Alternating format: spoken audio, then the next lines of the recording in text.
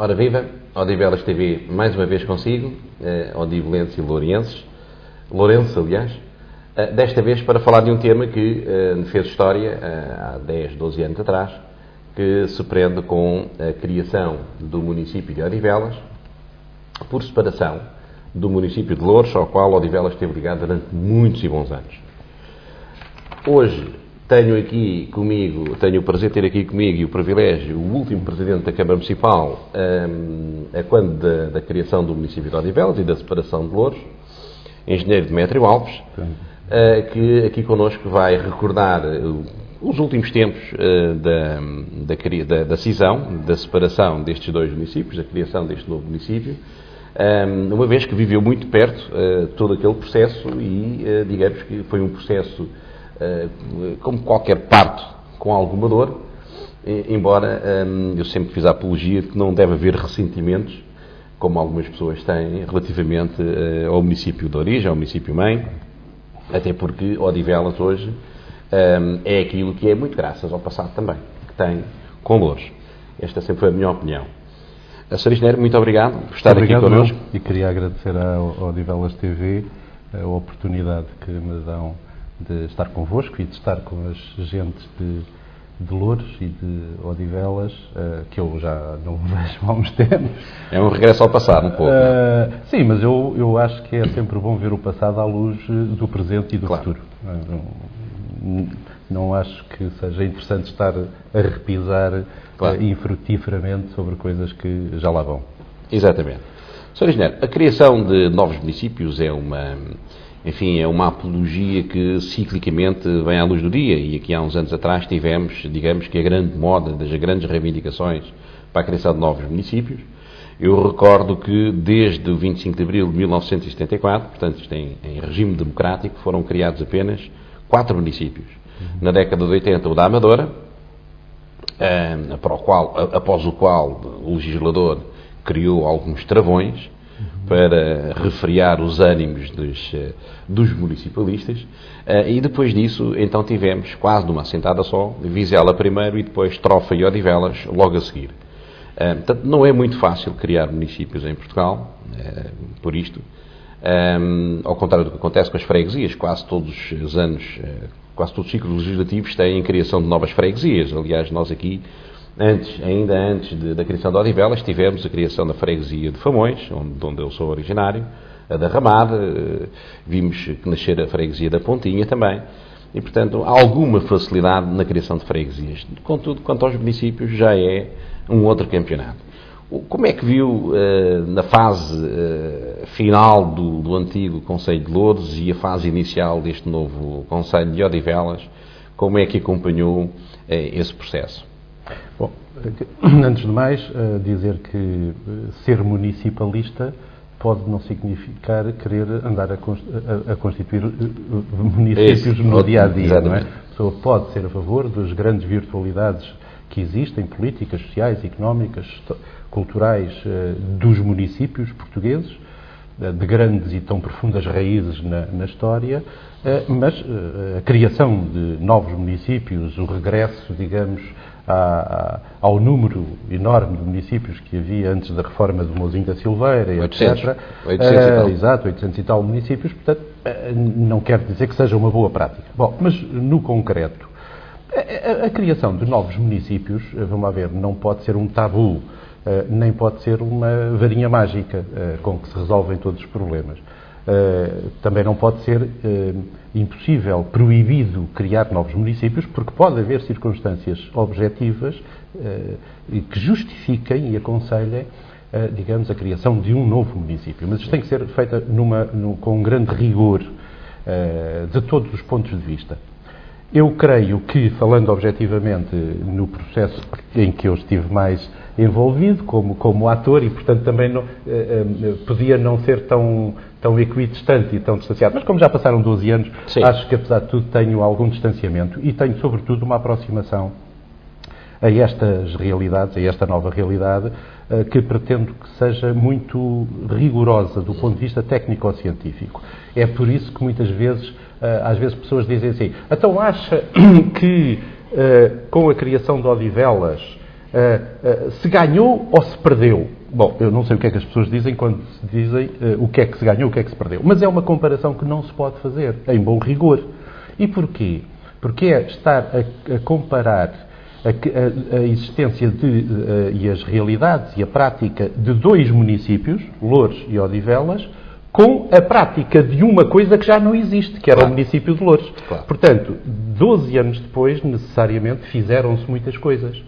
Fizeram-se coisas boas, de certeza absoluta, ter-se-ão feito, com certeza, coisas menos boas ou até coisas más. Assim como aconteceria se o município de Loures tivesse continuado a existir. O que é que as administrações que lá teriam estado, e não estou a falar, naturalmente, só de mim, o que é que teriam feito, como é que teriam feito. Portanto, é uma discussão que não tem razão de ser do ponto de vista do rigor.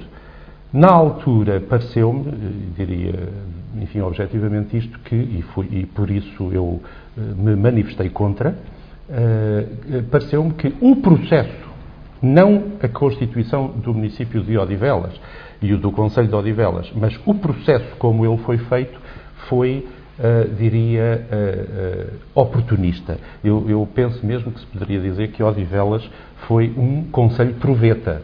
Apanhou boleia. Foi um conselho que foi incubado artificialmente. O que não quer dizer que os filhos proveta não possam ser amados pelos seus pais, claro. E são-no com certeza, e eu tenho a máxima consideração pelos pais, pelas pessoas que acompanham, que trabalham. Que não houve uma reivindicação popular, cultural, social? Eu acho que é um dado histórico que não havia nenhum movimento objetivo para além do MOC propriamente dito, quer dizer, não havia um movimento de base histórico-cultural, quer dizer, por exemplo, Sacavém tinha um movimento, apesar de tudo, mais consistente. Enfim, em Odivelas criou-se o movimento MOC em 1996. O movimento Odivelas a Conselho. O movimento Odivelas a Conselho, muito centrado em determinadas personalidades, idiosincrasias e até polarizações político-partidárias que tinham um objetivo legítimo, perfeitamente legítimo, de conquistar o poder em Odivelas e que concluíram em 96 que pelas vias das eleições normais não chegavam lá. E, portanto, viram um atalho interessante que seria a Constituição, reivindicando, através designadamente de um personagem que, enfim, com toda a legitimidade também, não tinha muita simpatia por mim, o Vítor Peixoto, e que dizia que eu era um pá muito teimoso e muito coisa, e que não faz coisa, e portanto, entendia que devia, bom, tem toda a legitimidade para fazer, naturalmente, e portanto esse movimento depois beneficiou, na minha apreciação, em 98, de umas circunstâncias muito especiais que se passaram em Portugal. É que houve o referendo para a regionalização que perdeu, digamos, os apologistas da regionalização perderam. O Partido Social Democrata apresentou na Assembleia da República então uma ideia, não propriamente só um projeto, mas uma ideia que passava para a criação de 40 ou 50 novos municípios em Portugal. Destes todos, apenas 3, portanto, Odivelas, Trofa e Vizela, tinham condições técnicas, administrativas, económicas, sociais e político-partidárias, havia o consenso na Assembleia da República, para que fossem, de facto, votados e aparecessem como Conselho. E, portanto, foi um pouco esta força das circunstâncias que levou ao aparecimento em 1998 do Conselho, deste caso de Odivelas, logo a seguir a um processo eleitoral. Em Loures, onde a CDU e eu próprio, como cabeça de lista para a Câmara Municipal, tínhamos ganho e por isso me pareceu pouco legítimo, pouco fundamentado do ponto de vista político e pouco avisado do ponto de vista político-partidário para o meu partido que se tivesse embarcado logo a seguir num processo de desanexação e de separação. Porquê? Porque se conduziria, obviamente, e como veio a acontecer, a uma comissão instaladora que era maioritariamente do partido que tinha perdido as eleições, do Partido Socialista. E, obviamente, isso era meio caminho andado para estar à frente de um Conselho que não tinha ganho durante 3 anos a instalar o Conselho. Aliás, se me permite, eu recordo nessa altura, foi necessário alterar a lei para que a Comissão Instaladora durasse os 3 anos, porque, de acordo com a lei anterior, só poderia ter durado 6 meses. Exato, porque não passava para a cabeça de nenhum jurista, de nenhum legislador, estar uma Comissão Instaladora 3 anos a instalar um conselho. E porquê? Porque, e daí, eu gostava de relembrar isso, a minha objeção de fundo foi, de facto, a natureza antidemocrática e ilegal. Várias entidades, a Associação Nacional de Municípios, a Associação Nacional de Freguesias, o próprio município de Loures, a Assembleia Municipal de Loures, a Câmara, não fui só eu, e vários constitucionalistas, entre eles o professor Freitas do Amaral, demonstraram que o processo era inconstitucional e ilegal, estava ferido de ilegalidade e de legitimidade política, porque, de facto, era sobre as eleições acabadas de fazer e sobre o poder que foi constituído democraticamente em todo o Concelho de Loures e, portanto, também aqui em Odivelas, criava-se uma nova realidade, dando uma volta e preparando, digamos, o futuro. Portanto, foi esse processo, eu gostava de esclarecer isso, e obrigadíssimo pela oportunidade que me dão, de esclarecer a constituição do próprio Conselho em si. Enfim, eu poderia estar de acordo, poderia não estar de acordo, mas nunca me levaria, como me levou, a renunciar ao meu cargo. Portanto, a renúncia que eu fiz ao cargo... Foi feita no próprio dia da tomada de posse do Dr. Manuel Vares. Não foi. Eu recordo-me ter visto lá o Sr. Engenheiro. Eu só renunciei em julho de 1999.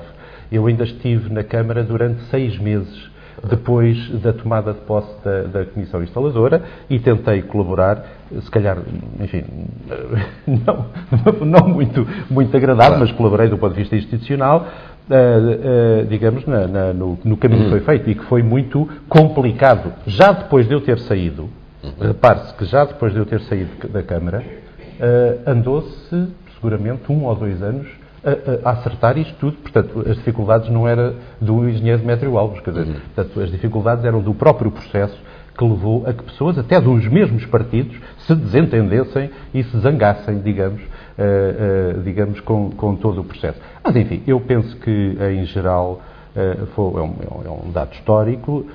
Creio que o que é necessário e o que é importante é gerir bem estas novas realidades, o Concelho de Loures, o Concelho de Odivelas, fazê-lo o melhor possível para o território e para a população.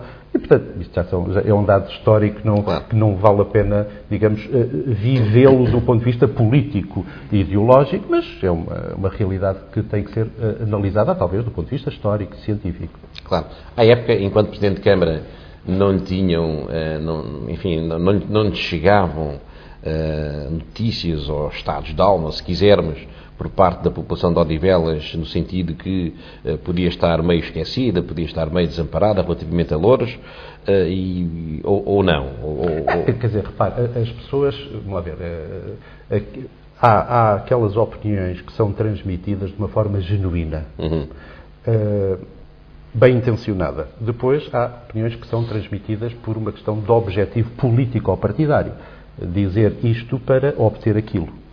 Bom, e há opiniões que são transmitidas na base do rigor científico do conhecimento. Eu não creio que se pudesse dizer que, do ponto de vista do rigor da afetação dos meios, da distribuição dos meios, das obras que eram realizadas, pudesse dizer-se que havia esquecimento. É evidente que é sempre possível que uma pessoa ou que uma entidade ou organização se sinta esquecida. Claro. Eu li há pouco tempo, a propósito do 10º aniversário da formação de Odivelas, nos órgãos de comunicação social daqui da região, que entrevistaram várias pessoas na rua, 10 anos depois.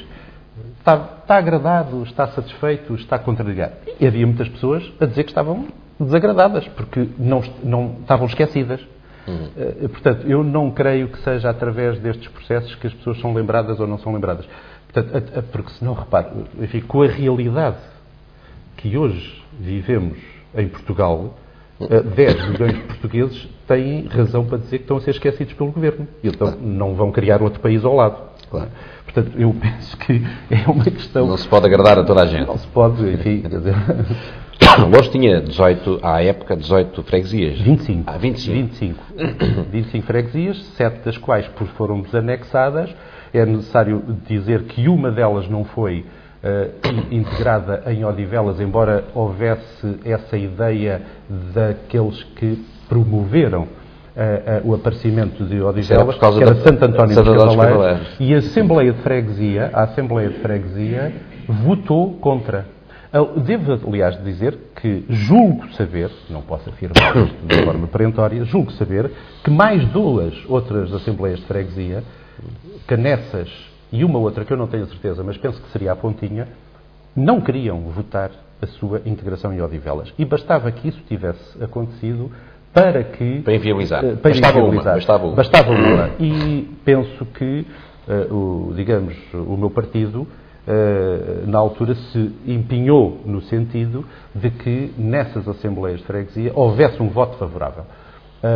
A mim não me pareceu bem, disse-o de uma forma muito clara, internamente, que não estava de acordo, porque me pareceu, até mesmo do ponto de vista egoísta, político-partidário e eleitoral, de uma perspectiva eleitoral, pareceu-me que era um erro, e acho que foi um erro, que o PCP e a CDU cometeram, provavelmente, eu diria que de certeza, imbuídos na altura de uma ideia que assim serviam melhor as populações. Aliás, o primeiro projeto para a criação de Odivelas e Sacavém foi do próprio Partido Comunista, na Assembleia da República, em 1987.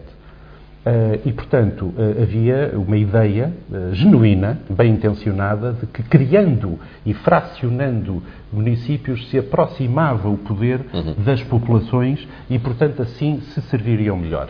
Não creio que isto assim seja, porque é impossível, não é por um concelho ter 300, 200 ou 100 mil habitantes que o eleito está mais próximo ou menos próximo. A partir de uma determinada escala de 15 ou 20 mil habitantes, a proximidade tem que ser intermediada através de meios tecnológicos, através de comunicação social, através de descentralização de ações. E, portanto, essa proximidade é sempre muito relativa e, por isso, eu não concordar com a ideia de que, criando 300 ou 400 municípios, em Portugal tudo mudava para melhor e a política e a governação seria melhor. Eu estou hoje, na mesma, convicto, ainda mais, de que não é assim. Não é assim. O município de Loures, com 25 freguesias, certamente não era muito fácil administrar o território com 25 freguesias, e a freguesia é uma entidade autárquica com a mesma dignidade constitucional que tem o município. Já não vou falar de Barcelos, que tem 87 freguesias, que claro, é um perfeito disparate. Mas Loures, com 25 freguesias, não era... Porque era um dos argumentos que à altura se utilizava, era que a máquina era de tal maneira gigantesca que havia necessidade de fracionar. Não, fez muito bem em recortar Barcelos, e há muitos outros municípios do norte de Portugal e do centro, e até Lisboa, não é? Que têm... Lisboa com 53 freguesias. 50, 80 freguesias. Portanto, o 25, perante esta realidade de 80 freguesias, de 50 freguesias, ter 25 freguesias, se formos simplistas na análise, chegávamos à conclusão que a gestão seria muito fácil. Vamos lá ver, eu penso que não é por aí, de facto, que se deve analisar da justeza ou da racionalidade ou do aumento da eficácia política e democrática, que é o criar mais freguesias, menos freguesias. Não creio, porque é evidente que então a melhor maneira de governar a Rua da Betesga era transformá-la em concelho. Portanto, não faz sentido, digamos, que se deixa a determinados pormenores. Acho que são outros os métodos. Por exemplo, e métodos às vezes de racionalidade. Eu pergunto, depois de estes anos todos, são 12, em que seguramente muitas coisas boas se passaram, foram feitas, tanto no Concelho de Loures como no Concelho de Odivelas, porventura outras menos boas ou mesmo más, mas há questões de racionalidade económica e financeira que estão à vista de quem quiser fazer uma análise rigorosa. Porque para o mesmo espaço territorial existem mais cerca de 1.300 ou 1.400 funcionários públicos. Para o mesmo espaço. E eu não creio que haja uma proporcional eficácia de governação pelo facto deste aumento brutal do número de funcionários públicos camarários e também de colaboradores avançados e também de empresas que trabalham, digamos, do exterior para esta realidade. E, portanto, eu acho que, de facto, outros critérios têm que ser medidos e não é uma prioridade nacional. Não creio que seja uma prioridade nacional, neste momento, estar a criar municípios. Já há muitos anos que eu penso assim. Não acho que seja uma prioridade nacional, neste momento, estar a falar em desenho e redesenho, por exemplo, de freguesias. Eu acho que não é uma prioridade, assim como tenho muitas dúvidas que também seja uma prioridade, neste momento, estar a pôr em cima da mesa a discussão sobre a regionalização. Embora me pareça um objetivo válido, um objetivo justo e um objetivo que tem interesse para o desenvolvimento do país. Não me parece é que haja condições objetivas, económicas e sociais para pôr em cima da mesa essa possibilidade neste momento. Por causa da crise que atravessamos. Também por causa da crise e porque outras questões mais importantes se colocam. Mas o Governo acabou de anunciar que vai dissolver uma série de organismos, uma série de direções gerais. Eu pergunto para que é que servem os governos civis? E que vão gastar dinheiro e, portanto, continuam a gastar dinheiro e não têm praticamente utilidade nenhuma, ou mesmo determinadas funções das CCDRs. É evidente que haveria, designadamente nas áreas metropolitanas, um ganho democrático com uma regionalização verdadeira, democrática, isto é, com o sufrágio direto e, digamos, eleitoral, nestas razões. Eu conheço bem do que estou a falar e penso que se ganhava eficácia neste domínio. Provavelmente não é o contexto, e não vai ser o contexto dos próximos anos, porque Portugal vai ter que pensar como é que sobrevive e não propriamente como é que se subdivide. Claro, aliás, Portugal perdeu muito tempo nesse aspecto. Sabemos que com a instituição em concreto das regiões administrativas desapareciam os governos civis, desapareciam não, eram integrados do governo civil e das comissões de coordenação e desenvolvimento regional, seriam todas integradas nas regiões. Claro. E depois conferir-se legitimidade democrática, porque, mais uma vez, seriam sujeitos a um escrutínio popular, enquanto que, assim, quem está na Rua da Artilharia 1, o Presidente da Comissão da CCR, está pouco preocupado se qualquer cidadão em Santarém, e estou a dar um caso que eu acompanhei, porque aconteceu comigo, se quer instalar uma fábrica e precisa de uma licença e depois aquilo vai bater à CCR e está lá 10 meses, a passar de departamento em departamento. Se os decisores da CCR fossem sujeitos a escrutínio popular, com certeza seria mais célere a tramitação dessa burocracia. O que não quer dizer que as pessoas que lá estejam não estejam preocupadas. Com certeza, com certeza. E às vezes a tramitação também em organismos que foram democraticamente eleitos também demora muito, não é? Não há dúvida que a burocracia hoje em dia é utilizada para, enfim, eu costumo dizer que a burocracia é como o Ferrari. O Ferrari é um excelente carro se bem utilizado, se mal utilizado é tão mau como os outros. Sim, a burocracia, repare, por vezes, é absolutamente necessária. Eu desconfio muito destas soluções que agora estão muito na moda, empresa na hora, a solução na hora, a construção na hora, é tudo na hora. Mas há coisas que não podem ser facilitadas, porque senão podemos, enfim, até podíamos ter um balcão pós-freeport na hora. Enfim, convém que estas coisas tenham alguma segurança jurídica para que não se ponha, como se costuma dizer, o pé na argola. Portanto, é evidente que estas facilidades todas, por vezes, são más conselheiras. E naquilo que tem a ver com licenciamentos e tem a ver com o urbanismo, tem a ver com o território, é preciso ter um cuidado enorme. Eu devo dizer-lhe que é uma coisa que me espanta. Eu não sigo muito do ponto de vista, e principalmente não sigo com nenhum interesse político ou partidário ou eleitoral as realidades de Odivelas e as realidades de Loures. Portanto, interessam muito porque hoje uma das minhas atividades é académica, portanto estou na Universidade Nova, onde já fiz o mestrado em Gestão e Planeamento do Território e estou a fazer neste momento os trabalhos, enfim, que espero que me conduzam ao doutoramento.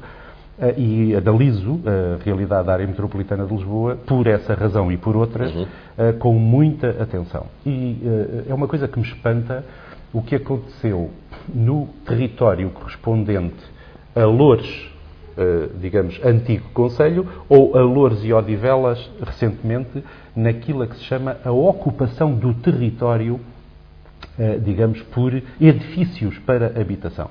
Eu devo-lhes dizer que entre 1991 e 1998, em 7 anos, se construíram nos territórios dos dois concelhos 1.140 edifícios para habitação, de vários tamanhos, edifícios grandes e até a vivenda, entre 1991 e 98. Entre 1999 e 2003, em 5 anos, construíram-se 2.327. Ou seja, a betonização do concelho de Odivelas e do concelho de Loures é a grande alteração qualitativa que estes dois concelhos tiveram. Isto é, o incremento brutal... Há uma explosão do cimento. A explosão do cimento. Ou seja, Odivelas já era um concelho, já era uma área, principalmente Odivelas e Póvoa de Santo Adrião, eram áreas com muita concentração, à volta de 10, 11 mil habitantes por quilómetro quadrado, portanto, que é naturalmente um índice alto, comparado com a média da área metropolitana de Lisboa, mas a realidade que vinha de trás já era muito densa, digamos assim, em Odivelas. No meu tempo também se construíam edifícios, muitas das coisas é certo que vinham de loteamentos que estavam aprovados, que vinham do passado, mas há uma aceleração brutal a partir de 98 em Odivelas e Loures durante estes 12 anos. A urbanização do Cruzeiro é paradigmática. Pois não conheço no pormenor. Dezenas e dezenas de prédios que nasceram todos ao mesmo tempo. Portanto, Odivelas e Loures, depois de 98, contribuíram à escala nacional para a bolha do imobiliário, para os milhares e milhares de fogos devolutos, para a ruína financeira de muitas pessoas, muitas entidades, muitas empresas, ou seja, construir, por uma questão de especulação imobiliária e financeira. E, portanto, eu acho que isto é um mau contributo. Eu diria assim, de certeza absoluta que muita coisa que se fez, e repito, neste momento há, digamos, um balanço que pode ser positivo, muitas coisas foram boas. Agora, esta atividade, seguramente que com a gestão da CDU, não creio que se passasse, pelo menos nesta dimensão. Os municípios têm dificuldades no contexto jurídico português e na forma como se gera o urbanismo em Portugal, têm dificuldades em travar isto. As pessoas pensam que não, mas têm dificuldades objetivas. Mas eu creio que, apesar de tudo, não seria, digamos, com esta dimensão, que acho que é uma coisa espantosa. Ou seja, durante estes 12 anos construíram-se 3 ou 4 escolas em Odivelas, mas, no entanto, construíram-se centenas e centenas, milhares de fogos. Sim, milhares de fogos, seguramente. Sim. E, portanto, não me parece que isto seja, de facto, uma boa marca, porque não enriquece o concelho, na minha opinião, só o empobrece. É certo que enriquece determinadas entidades e determinadas pessoas.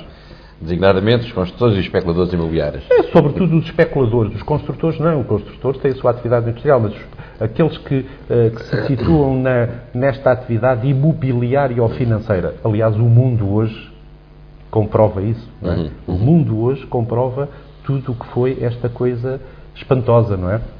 Uma pessoa que vá lá fora, certos países, e veja o que se passa, e em certas situações é muito parecido com aquilo que se passa aqui, de facto vê este exagero, esta explosão toda, e que de facto Odivelas e Loures na minha opinião, tem sido um mau exemplo. Exatamente. Aliás, e a talho foi-se, e falávamos há pouco da crise, eu recordo que antes daquela grande tragédia da crise financeira americana, e cada vez que há um problema na América, cada vez que eles espirram, nós constipamos aqui na Europa, houve exatamente uma crise do imobiliário, começou aí. Sim. Começa com uma crise do imobiliário que se arrasta à Europa e depois vem a crise financeira. Em Espanha, na Irlanda, na Itália. Exatamente. Portanto, Portugal, é um sucessivo de crises, e depois houve outras que se foram abatendo e que estão cá. Esta crise que nós estamos hoje a pagar em Portugal, repare-se que é devida, em última análise, à chamada pressão dos mercados. Mas o que é isso dos mercados? É o mercado ali de cima das couves? Não é o mercado das couves. É o mercado financeiro. E o mercado financeiro também de um sentido muito restrito. São 3 ou 4 agências de avaliação e 6 ou 7 bancos. Estes bancos, os mesmos, que receberam dinheiro há 3 anos do Banco Central Europeu e de outras entidades públicas financeiras para sobreviverem. E agora estão a pressionar, a especular contra o euro. Exato. É evidente que é contra o euro, não é contra Portugal em particular. Claro. Mas é evidente que Portugal, sendo um dos elos mais fracos... é o que está. E porquê é que é mais fraco? É mais fraco porque liquidou-se, nos últimos 20, 30 anos, liquidou-se a produção em Portugal. A produção daquilo que nós comemos, daquilo com que nós trabalhamos nos equipamentos, na indústria. Liquidou-se as pescas, a agricultura. E é evidente que, ao liquidar-se a produção, a economia morre. Não é com serviços e só ou centradamente nos serviços que um país é rico, que um país, digamos, gera a sua própria riqueza. E, portanto, é evidente que nesta situação, e é uma situação gravíssima, de facto, em que nós estamos e que vamos ver como é que saímos dela. Vamos sair, com certeza, tenho essa esperança, porque já atravessámos... Esperança é a última a morrer, não é? Já atravessámos não outros sei se aqui períodos. não haja outras pessoas a morrer primeiro do que a esperança. Sim, com certeza. Mas sabe que isto, engenheiro, o bem das populações é construído em cima do sacrifício de quem lhes antecede, dos antepassados. E nós temos que passar um pouco também por esse processo. Voltando aqui à nossa Odivelas Loures e à explosão do cimento. Eu costumo dizer muitas vezes que se confunde o crescimento com o desenvolvimento. Nunca mais me esqueço umas palavras que o reitor da Universidade Independente, Luís Aroca, um dia disse. Ele foi meu professor, eu andei na Universidade Independente, Universidade de má memória, uma vez que foi fechada por motivos essencialmente políticos, não houve nenhuma razão técnica ou científica que justificasse encerrar aquela universidade, até porque o maior cientista português era vice-reitor lá, e portanto...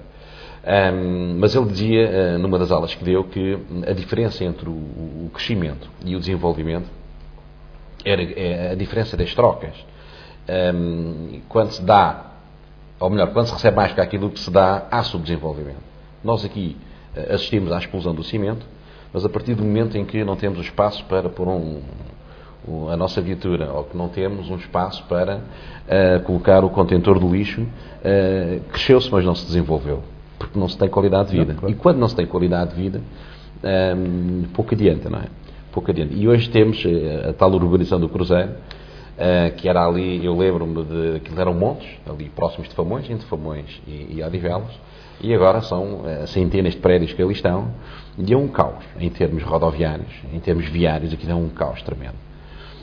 Pese embora existam estacionamentos dentro dos prédios, as pessoas põem os carros cá fora na rua, em segunda e terceira fila, aquilo é e portanto, cresceu muito, mas não se desenvolveu.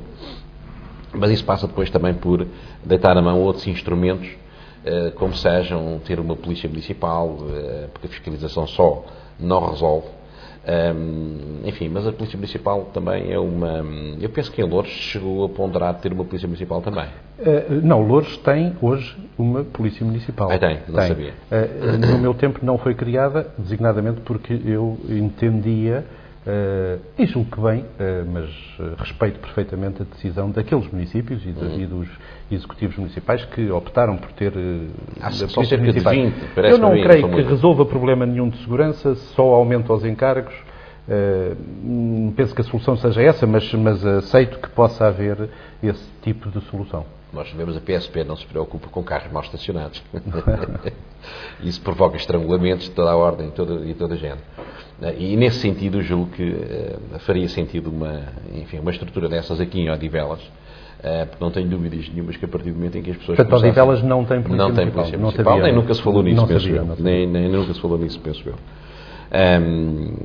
Está-me aqui a vir à memória às vezes argumenta-se, mas a Polícia Municipal pode depois conflituar com outras forças de segurança, e estou-me a lembrar de um caso que aconteceu em Vila Nova de Poiares, com o meu amigo Jaime Soares, o presidente, que há mais tempo está Mais em antigo, funções, mais mais antigo, antigo. que ele vem desde as comissões instaladoras, logo a seguir ao 25 de Abril, E um grande bombeiro. e a comandante dos bombeiros era um homem dos 7 ofícios. E então um dia a GNR multou-lhe um carro do lixo, e ele manda multar o carro da GNR que estava em cima de um passeio. Houve ali um conflito de autoridades. Foi engraçado de seguir, mas aquilo foi claramente uma diabrite que ele resolveu fazer à GNR. Mas as coisas, desde que bem utilizadas e desde que se respeite as competências, é tudo muito mais fácil. Eu creio que no que diz respeito às autarquias locais e também às autarquias locais com outros poderes públicos, o grande problema é as competências. Porque, e corrija-me se eu estiver enganado, isto é porque tem uma experiência apreciável nesta matéria, e devo dizer já que aquilo que comentava há pouco, antes de estarmos no ar, eu assisti a muitas reuniões presididas pelo Sr. Engenheiro enquanto Presidente da Câmara Municipal de Loures e admirava a forma como conduzia, com uma eficácia, com uma eficiência tremenda, aquelas reuniões. O António Costa não tem essa opinião, porque ele ainda hoje, como Presidente, aliás, estive com ele agora há poucos dias, porque estou a desempenhar funções na Comissão Diretiva do CREN, que é o novo quadro comunitário de apoio para a região de Lisboa. Tive, aliás, a oportunidade de já aprovar financiamentos aqui para Odivelas, para o Centro Histórico. Olha, uma boa notícia para Odivelas, então. E, portanto, que estão a fazer até uma boa obra. Devo dizer que Odivelas está a fazer um bom trabalho nesse campo. Mas estive em Lisboa, numa reunião em que esteve o Presidente António Costa, com quem eu me dou muito bem e tenho, enfim, grande apreço pessoal. Mas ele diz que costuma citar muitas vezes a sua experiência de Loures, dizendo que em Loures aquilo eram muito maus para mim, mas não me deixavam falar e tal. Mas ele também só lá teve meia dúzia de meses. Eu não sei se ele tem razão, admito que sim. Eu sei que às vezes tinha um bocado mal feitio, mas não era nenhum... Vamos lá ver, aquilo também foi num contexto muito difícil, como se lembram, quer dizer, o António Costa quase ganhou. Chegou mesmo a anunciar que ganhou e depois perdeu. E aquilo... durante aqueles primeiros meses esteve um pouco perturbado e, naturalmente, que a experiência que eu teria tido muito gosto em trabalhar nessa altura com António Costa, mas não foi possível trabalhar, enfim, de uma forma mais profícua, porque os tempos eram muito agitados. À época, o Caldeira da Silva mostrou-se mais disponível, não foi? Não, foi uma grande surpresa para o Partido Socialista, e penso eu para muita gente, quando, tentando encostar-nos à parede, porque queriam exigir competências como se tivessem ganho a Câmara. O António Costa quase que queria ter competências de Presidente da Câmara, não tendo sido eleito Presidente da Câmara. E é evidente que ficaram muito surpreendidos quando o PCP, a CDU, eu próprio, fizemos um acordo com o PSD. Portanto, enfim, houve muita gente que com certeza até ficou com alguma mala pata relativamente a mim do ponto de vista ideológico, não é? Quer dizer, não terá sido por isso que alguns ex-camaradas meus que estavam na Câmara me traíram. Não foi por isso, com certeza. Foi por outros motivos, menos nobres. Mas, de facto, foram tempos um pouco conflituosos, não tanto como em 97, 98, isto é, nas últimas eleições e no princípio de 98, imediatamente antes de se ter formado o Conselho de Odivelas, de facto os tempos foram muito agitados.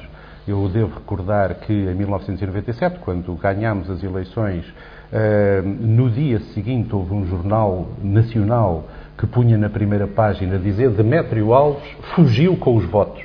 Não sei se tinha, enfim, o que é que imaginavam, se eu tinha ido de avião ou de barco, mas eu tinha fugido com os votos.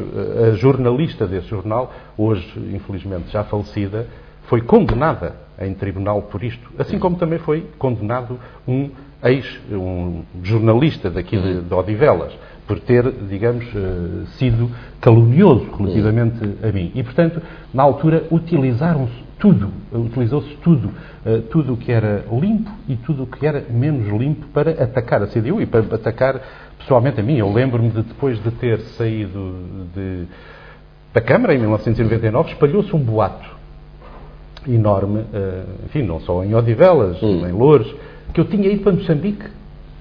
Bom, e qual era a Eu recordo disso, Ouviu, exatamente. Bom, mas é que eu só soube daquele WhatsApp porque... Para a Matola. Eu tinha ido para a Matola. Bem, mas a história não era ter ido para a Matola nem para Moçambique, é que eu estava podre de rico. Infelizmente não é verdade. Tomara eu, mas não é verdade. Nem nunca fui nem para Moçambique, nem para lado nenhum. Eu saí da Câmara Municipal na altura e regressei às minhas funções de engenheiro da EDP, portanto, onde estive ainda mais uma porção de anos. Mas espalharam-se, de facto, vários boatos que me pareceu todos passarem pela mesma linha condutora, que era, se não ganhamos democraticamente pela via das eleições, temos que arranjar uma maneira qualquer de dar a volta para mandar este... Não é só em Loures, digamos, nem em Odivelas que isto se passa, quer dizer, isto é uma coisa muito... Aliás, hoje em dia, eu vejo pessoas que na altura se empenharam na difusão desses boatos caluniosos, que foram todos demonstrados, digamos, que eram falsos completamente, muito bespinhados pelas coisas más que se diz do Primeiro-Ministro. Mas eles antigamente colaboraram em boatos e colaboraram em calúnias. Os mesmos que agora estão muito incomodados com as ditas calúnias e boatos difamatórios relativamente à figura do Primeiro-Ministro. Os tempos mudam, mas há certas coisas que não mudam, digamos, e esta é seguramente uma delas. Mas nesse ser figura pública tem os seus dissabores. É exatamente a sujeição ao boato, e o boato tem uma perna muito longa, corre rapidamente. É o escrutínio sobre a vida pessoal da pessoa, sobre a sua vida familiar em particular. É o vir nos jornais, o aparecer na televisão. É um peso muito grande, não é? Quem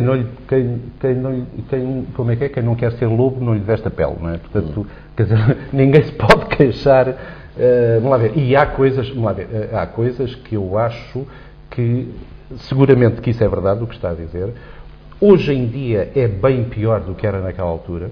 É bem mais difícil, na minha opinião, ter hoje uma intervenção pública política.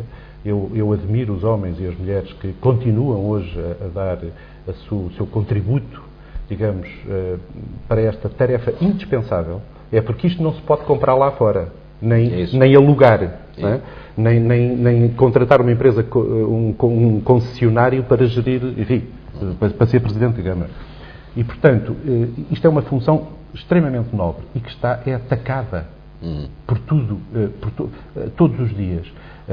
A função política, o caráter, a figura do político é equivalente ao corrupto, ao malandro, ao indivíduo que não faz nada e que se aproveita da situação.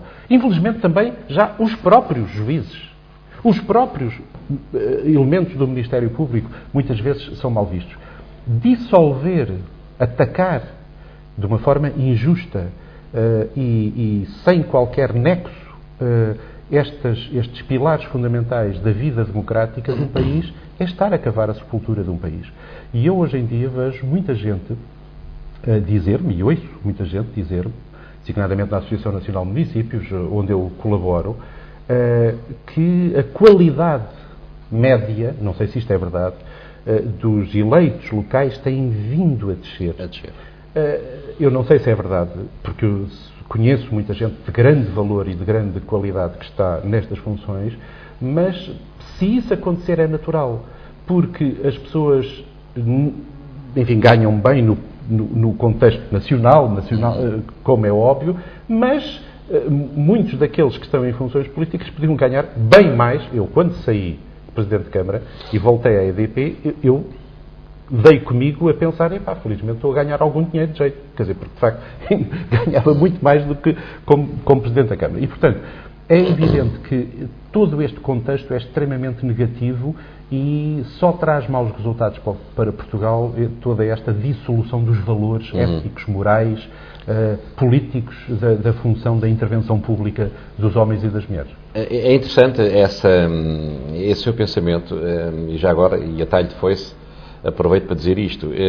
Eu fui chefe de gabinete no Presidente de Câmara, na Madeira, um homem economista formado na Católica, e exatamente quando se pôs essa questão de se estar a perder qualidade, porque é verdade que se vem falando nisso já há algum tempo, esta parte, de estar a perder qualidade não só por parte dos eleitos locais, como a outros níveis de poder. Eu virei-me para ele e disse: mas Presidente, lembre-se da lei de Gresham, isto vem da economia, a má moeda afasta a boa moeda, isto é, quando em circulação temos moeda de ouro e moeda de prata, o que é que acontece? Utilizamos a moeda de prata para as trocas, para as compras, e guardamos a moeda de ouro. E daí Gresham ter feito este princípio. Portanto, a lei de Gresham, uma moeda afasta a boa moeda. E é o que acontece também ao nível de quem exerce o poder público. Se aqui há uns 20, 30 anos o ideal de missão com que se vinha para a vida pública e designadamente para as autarquias locais era de facto uma realidade, e eu recordo, por exemplo, ao nível das freguesias, nenhum Presidente de Junta era remunerado. Sim, claro. Passam a ser remunerados com Guterres, no seu primeiro governo, e mesmo assim temos cerca de 600 freguesias com Presidentes de Junta remunerados. Em 4.300 parece manifestamente pouco, mas isso quer dizer muita coisa também. E então corremos este risco. De facto é verdade, não se enriquece, sente-se autarca, eleito local, e corre-se o risco de os melhores não se interessarem suficientemente por isto.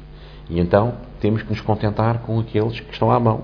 Pois, eu espero que isso não, enfim, não siga por esse caminho e que os jovens que se interessem de facto pela causa política sério, digamos, de intervenção, porque é fundamental. Um país não é uma empresa, não é um gestor de empresas, não é um cientista que gere uma freguesia, que gere um conselho, que gere um ministério. Não é. E esta função é de facto fundamental. E penso que não é necessário também estar a ir por uma via de mercantilização da função, dizendo que é preciso então pagar 6.000, 7.000, 8.000, 10.000 euros, porque o administrador da empresa X ou Y ganha isso. Não, eu acho que, de facto, uma função pública é uma função que se faz também com dedicação à causa, por causas, embora uma pessoa tenha que se sentir... No meu partido, porque eu, aliás, queria esclarecer, eu continuo a ser do Partido Comunista,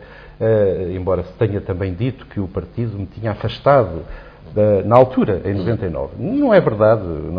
Eu, por acaso, tenho aqui comunicados da altura em que houve compreensão, embora não me seguissem. O partido não queria, de facto, que eu renunciasse às funções em 1999, mas compreendeu a minha postura e mais, nesse ano, eu fui candidato à Assembleia da República em 17º lugar, 2 lugares abaixo do Jerónimo de Sousa. Portanto, se eu tivesse sido marginalizado, com certeza que não tinha. E convidaram-me, aliás, houve convite, aliás, isto é em primeira mão que o estou a dizer publicamente, em 1999 eu fui convidado para integrar a lista por Lisboa em 5º ou 6º lugar.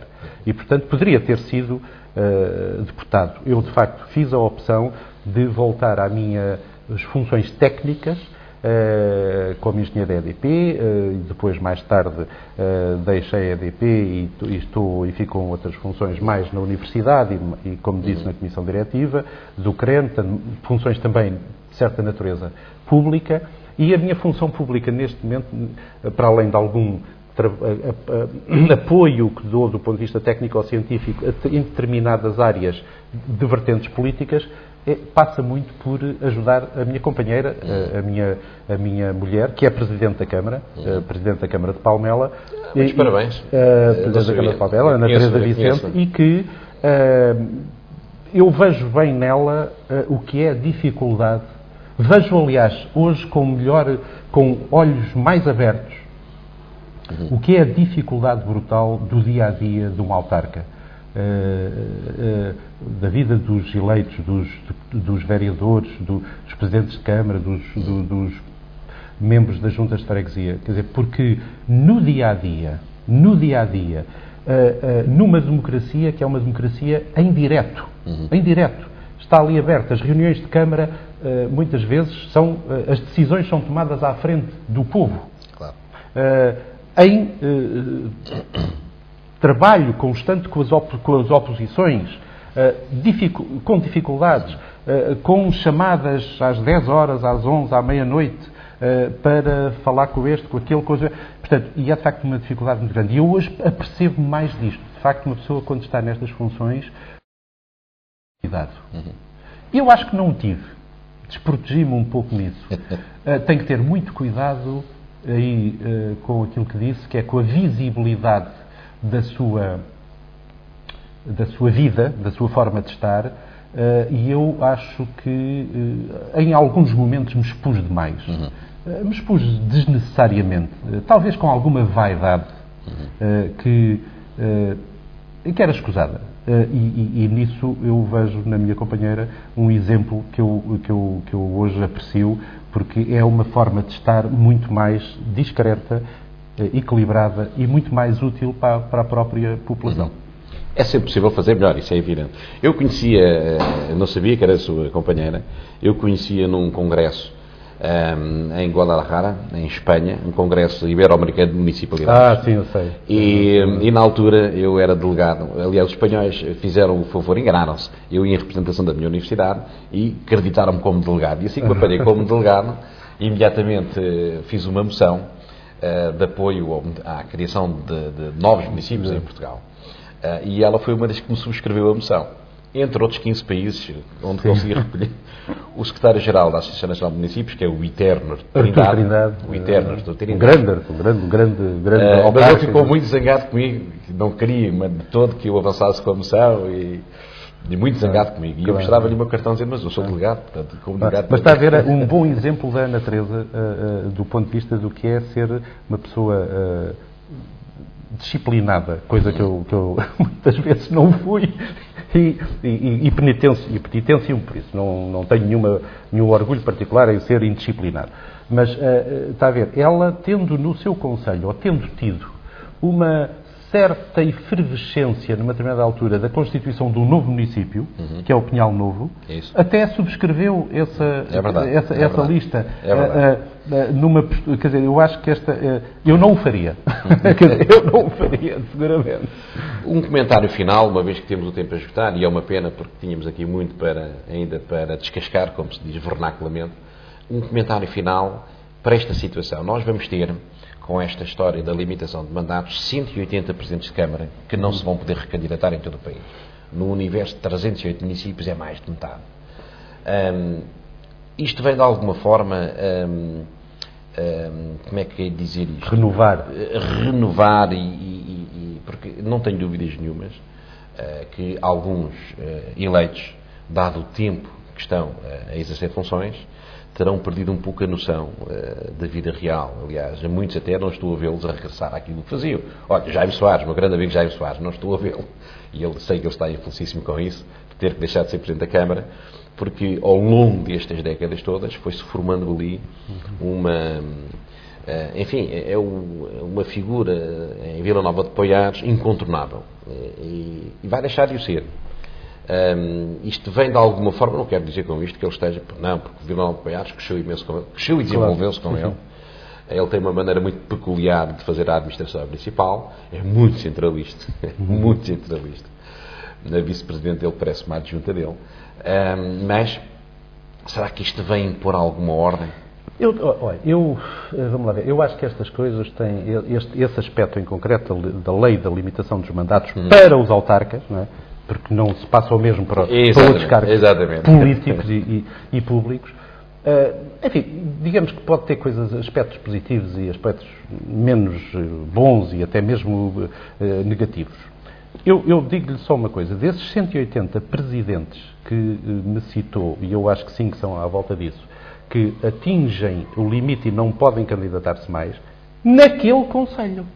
Mas podem se candidatar no conselho ao lado. Eu tenho uma leitura diferente. Podem. A legislação, na minha opinião, permite que um Presidente de Câmara possa candidatar-se no município ao lado. E mais, pode candidatar-se no mesmo município se for em segundo lugar na lista. E subscrevo. Ora bem, eu espero que não aconteçam casos desses, porque isso era subverter o espírito da lei. Por outro lado, eu não creio que seja através da lei coercivamente que se refresque os executivos municipais, que se aumente a transparência dos atos políticos dos presidentes de Câmara, nem que se combata aquele grande fantasma, que em muitos aspectos é verdadeiro, da corrupção. Eu não creio que seja através deste processo. E até porque, repare, este mandato vai ser um mandato terrível. Nós vamos ter 180 presidentes que, a partir de meio do mandato, estão a prazo. Isso. Toda a gente sabe que vão sair. Isto é terrível que aconteça em democracia. Não é a mesma coisa com o Presidente da República, que quando está no fim... Bom, mas é uma função menos executiva. Numa função executiva, saber-se... Nem as empresas, repare, nem as empresas anunciam na Bolsa que vão substituir o Presidente dali a 3 meses, porque isso baixava logo as ações. Claro. Ora, no Executivo Municipal é mau que o Presidente ou a Presidente de Câmara estejam anunciadamente e à força para saírem, porque é logo um grande jogo de quem é o segundo, quem é que vai ser o outro, quem é que vai ser a outra, e portanto isto gera uma grande instabilidade, e pode até ser contraprocedente relativamente ao combate à corrupção. Porque pode haver, no espírito de algum menos cuidadoso, a tentação de dizer, olha, já agora, enquanto a porta não se fecha, deixa-me aproveitar. Portanto, eu acho que este processo, a melhor maneira, na minha opinião, seria o veredicto popular. E a limitação e o combate à corrupção ou à falta de transparência não é por esses meios, digamos, artificiosos. No entanto, eu respeito a decisão e, portanto... lei é lei, não é? Quer dizer, lei é lei, e, portanto, espero é que ela não seja treslida e aproveitada de uma forma oportunista para reconduzir pessoas no Conselho ao lado. Sim, senhora. Sr. Engenheiro, agradeço-lhe imenso obrigado, a sua presença. Muito obrigado. Muito obrigado. E estou sempre à disposição de todas as pessoas de Loures e de Odivelas. Eu estou cá, não estou em Moçambique, nem em lado nenhum. Está aqui, nós confirmamos. Portanto, nós vamos continuar a série de programas.